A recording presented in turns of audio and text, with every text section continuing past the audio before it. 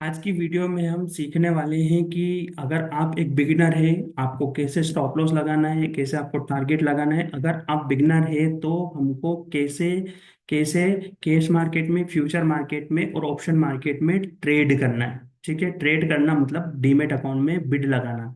Bid लगाना means कहाँ पर बाई करना है, कहाँ पर सेल करना है और वो कैसे करना है। ठीक है, तो उसके लिए स्टार्ट करते हैं हम। देखिए मेरे पास है डीमेट अकाउंट। हाँ, सबसे पहले मैं बता देता हूँ, मेरा नाम भानु प्रताप सिंह है और ये जो वीडियो है ये आपको कुछ टाइम बाद LTP calculator vlogs YouTube channel पर अपलोड हो जाएगा। तो अगर आप नए हैं चैनल पर तो चैनल को सब्सक्राइब कर लीजिए, बेल आइकन को प्रेस कर दीजिए। स्टार्ट करते हैं हम कि मेरा सपोज ये मेरा डीमेट अकाउंट है। अब डीमेट अकाउंट में मेरे पास दो चीज़ें होती है। ठीक है, दो चीज़ें क्या होती है कि एक तो होता है मेरे पास कैश, एक होता है फ्यूचर और एक होता है ऑप्शन। मतलब एक होता है कैश, इक्विटी कैश, और एक होता है डेरिवेटिव जिसमें फ्यूचर ऑप्शन आता है। तो सपोज मुझे एक शेयर, मैं बात करता हूँ रिलायंस की। सपोज मुझे रिलायंस का शेयर बाई करना है, तो रिलायंस के शेयर बाई करने के लिए मुझे यहाँ पर क्या करना पड़ेगा, ये मेरी पूरी वॉच लिस्ट है। वॉच लिस्ट में मुझे रिलायंस के शेयर को ऐड करना पड़ेगा। ठीक है, अब ऐड करने के लिए क्या करना पड़ेगा, ऐड करने के लिए मुझे यहाँ पर सर्च करना पड़ेगा रिलायंस। तो मैंने यहाँ पर रिलायंस सर्च किया। ठीक है, रिलायंस मैंने सर्च किया यहाँ पर। तो यहाँ पर क्या आ जाएगा आपको, यहाँ पर आपको बहुत सारे स्टॉक्स दिखाई देंगे। ठीक है, रिलायंस से रिलेटेड, रिलायंस फ्यूचर, रिलायंस का ये सब कुछ। ठीक है, अब इसमें आपको ढूंढना है कि जो रिलायंस का, रिलायंस इंडस्ट्रीज का जो एनएससी और बीएससी जहां पर दिखाई दे रहा है, देखिए यहाँ पर दिखा रहा है एनएससी, ये वाला। ठीक है, तो इस रिलायंस को क्या करना है आपको, यहाँ पर आपकी वॉच लिस्ट में ऐड कर लेना है। उसके बाद फ्यूचर के तीन कॉन्ट्रैक्ट रहते हैं, जैसे कॉन्ट्रैक्ट जनवरी, फरवरी और मार्च। हर महीने की लास्ट थर्सडे को इसकी एक्सपायरी हो जाती है। इस कॉन्ट्रैक्ट की सपोज जनवरी की एक्सपायरी हो जाएगी तो फिर आपका मार्च के बाद अप्रैल ऐड हो जाएगा। तो मैंने यहाँ पर इसको भी प्लस कर लिया। अब हम जानेंगे कि फ्यूचर में और कैश में डिफरेंस क्या रहेगा बेसिकली। तो उसके लिए मुझे रिलायंस के शेयर बाई करना है, तो मैं बाय बाय ऑप्शन पर गया और यहाँ पर मैंने बाई करने की कोशिश की।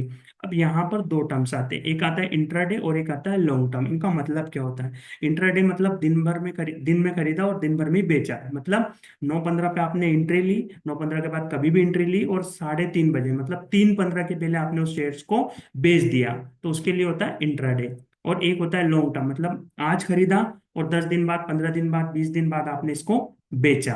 ठीक है, अब बात करते हैं यहाँ पर कि इस रिलायंस में अगर मुझे 500 शेयर्स खरीदना है, देखिए, तो 500 शेयर्स खरीदना है और अगर मुझे होल्डिंग्स पे जाना है तो मुझे 6,25,000 मेरे अकाउंट में होना चाहिए। वही चीज अगर हम इंट्राडे पर जाएंगे तो इंट्राडे पे हमारे मेरे पास कितना अमाउंट रहना चाहिए, ओनली 1,25,000। अगर 1,25,000 मेरे पास है तो मैं 500 शेयर्स कैरी कर सकता हूँ। ठीक है, पर ये दिन भर के लिए, आज खरीदने के बाद आज ही इसको बेचना पड़ेगा। ठीक है, वही चीज वही चीज अगर मुझे फ्यूचर में बाई करना है तो फ्यूचर में जाने के लिए मैं सपोज यहाँ पर गया, मिनिमम 500 क्वांटिटी मुझे खरीदना है। अगर मैं इंट्राडे पर जाऊंगा तो 1,10,000 लगेगा और अगर ओवरनाइट पे जाऊंगा तो 1,10,000। मतलब अगर मैं दिन भर के लिए भी मुझे 500 शेयर खरीदना है रिलायंस के तो 1,10,000 रुपये लगेंगे। अगर मुझे होल्डिंग्स करना है, होल्डिंग्स कितने की, महीने के लास्ट थर्सडे तक की। ठीक है, तो उसका कितना लगेगा, उसका लगेगा मुझे 1,10,000 रुपये। मतलब फ्यूचर में ऐसा कोई इफेक्ट नहीं पड़ रहा है, दोनों में इंट्राडे पे ट्रेड करिए या तो ओवरनाइट ट्रेड करिए, आपको 1,10,000 ही लगेगा। वही चीज अगर हम कैश में जा रहे थे तो कैश में थोड़ा सा डिफरेंट अमाउंट आ रहा था। अगर आप होल्डिंग्स पे जा रहे थे तो आपको 6 लाख के आसपास लग रहा था, और अगर आप इसके लिए जा रहे थे इंट्राडे के लिए तो आपको 1,25,000 रुपये लग रहा था। डिफरेंस कैश में ये है कि आप इसमें 400 शेयर भी खरीद सकते हैं। 400 शेयर, सपोज मुझे 400 शेयर खरीदना, 400 शेयर खरीद लूंगा। ठीक है, बट यहाँ फ्यूचर में अगर मैं जा रहा था, फ्यूचर में मुझे मिनिमम 500 क्वांटिटी, अगर मुझे ज्यादा खरीदना है तो मैं फिर आपको 1,000 शेयर लेने पड़ेंगे, या फिर आपको 1,500 शेयर का, 1,500 इनको बोला जाता है लोट, एक लोट, दो लोट, तीन लोट। ठीक है, तो यहां से क्या कर सकते हैं, यहां से ये पता कर पाएंगे कि मुझे कौन से, जो जो स्टॉक्स है उसमें ट्रेड करने के लिए कौन सा, कौन कहाँ पर इंट्राडे लेना है या ओवरनाइट लेना है। और उसके बाद मुझे उसमें जो मार्जिन है उसका विशेष ध्यान रख पाता हूँ। उसके बाद बात करते हैं हम इसको ऑर्डर को पंच करने के लिए। तो देखिए ऑर्डर पंच करने के लिए सबसे पहले मैं बता देता हूँ, मान लीजिए मुझे इक्विटी कैश में बात करना है तो मैं इक्विटी कैश में ट्रेड करने के लिए बाई किया। अब बाई करने के लिए मुझे कितने शेयर बाई करना है, मुझे शेयर बाई करना है 50 शेयर। या 500 शेयर, तो मैं यहाँ पर क्वांटिटी डाल दूंगा। अब मुझे बाई करना है 1251, अभी चल रहा है 1251, और मुझे मुझे बाई करना है 1259।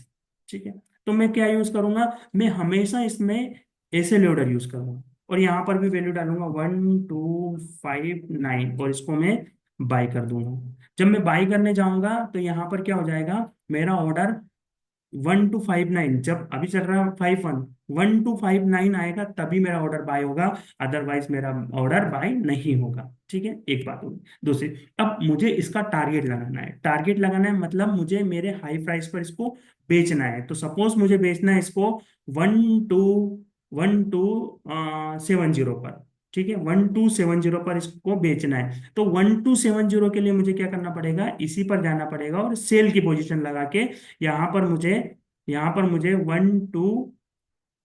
1270 लगा के लिमिट प्राइस पर इसको सेल कर देना है। तो क्वांटिटी मुझे 500 डाल देना है। जब 1270 आएगा तब ये क्या हो जाएगा, अपने आप प्रॉफिट बुक हो जाएगा आपका। तो ये बात हुई हमारी कि हम कैसे इसमें लिमिट लगा के, लिमिट ऑर्डर लगा के इसको अ, ला सकते हैं। अब बात करते हैं हम इसकी कि हमको तो स्टॉप लॉस भी लगाना है। अगर बाजार में पोजीशन नीचे जाए तो क्या करना पड़ेगा, तो उसके लिए सिंपली क्या करना पड़ेगा, मान लीजिए मुझे स्टॉप लॉस लगाना है इसका 1250 का।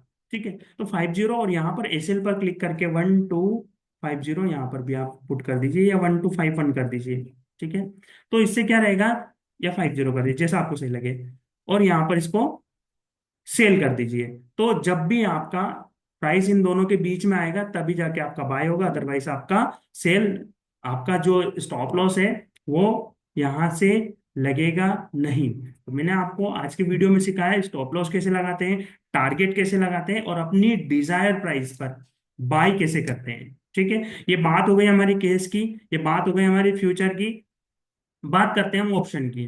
तो ऑप्शन में बाय करने के लिए हमको कहाँ चलना पड़ेगा, हमको चलना पड़ेगा ऑप्शन चेन पर। ऑप्शन चेन में आपको यहाँ पर मान लीजिए रिलायंस का स्टॉक देखना है। अब रिलायंस के लिए ये वाला रिलायंस मैंने ऑप्शन चेन और यहाँ पर फिल्टर किया। अब यहाँ पर अगर हम देखेंगे ना, तो मुझे इन द मनी का कोई भी स्टॉक बाई करना है। ठीक है, तो यहाँ पर स्ट्राइक प्राइस चल रहा है सपोज 1220, तो यहाँ पर मैं लिखूंगा, इसमें क्या लिखूंगा, रिलायंस।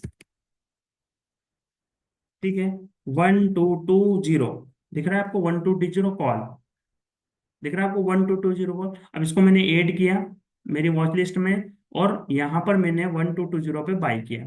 जब मैं बाई करने जाऊंगा तो सेम, अगर मुझे इसको मेरी डिजायर प्राइस पे बाई करना है, अगर मुझे मेरी डिजायर प्राइस पे बाई करना है, तो मुझे यहाँ पर एसएल चूज करना है, और सपोज मुझे यहाँ पर बाई करना है 51 से, 51 पुट करूंगा, यहाँ पर 51 पुट करूंगा, और मैं इसको सिंपल बाई कर लूंगा। ठीक है, बट अगर मुझे इसका टारगेट लगाना है, तो टारगेट लगाने के लिए सिंपल मुझे सेल करना पड़ेगा। मुझे टारगेट लगाना है यहाँ पर लिमिट पर, लिमिट लगाऊंगा, और यहाँ पर मैं आपको टारगेट लगा दूंगा यहाँ पर 80 का, और मैं सेल कर दूंगा। ये बात हुई।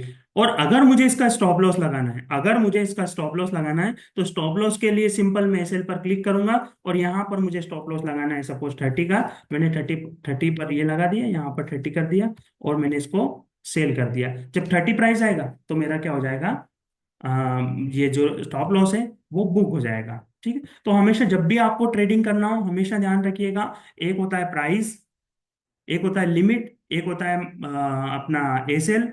ठीक है, एक होता है स्टॉप लॉस, एक होता है टारगेट। अब जब भी आप ट्रेडिंग करेंगे, अगर आपको सपोज सामने मार्केट से बाई करना है, जो मार्केट में चल रहा है उससे बाई करना है, तो सिंपल आप बाई पे जाएंगे, और यहाँ पे जाके आप मार्केट पर क्लिक करेंगे और बाई कर लेंगे। बट इससे होगा क्या, इससे जब भी आप ट्रेडिंग करेंगे ना, तो आपका सपोज बाई करना है आपको 46.45 से, बट ये आपका हाई रेट से बाय होगा।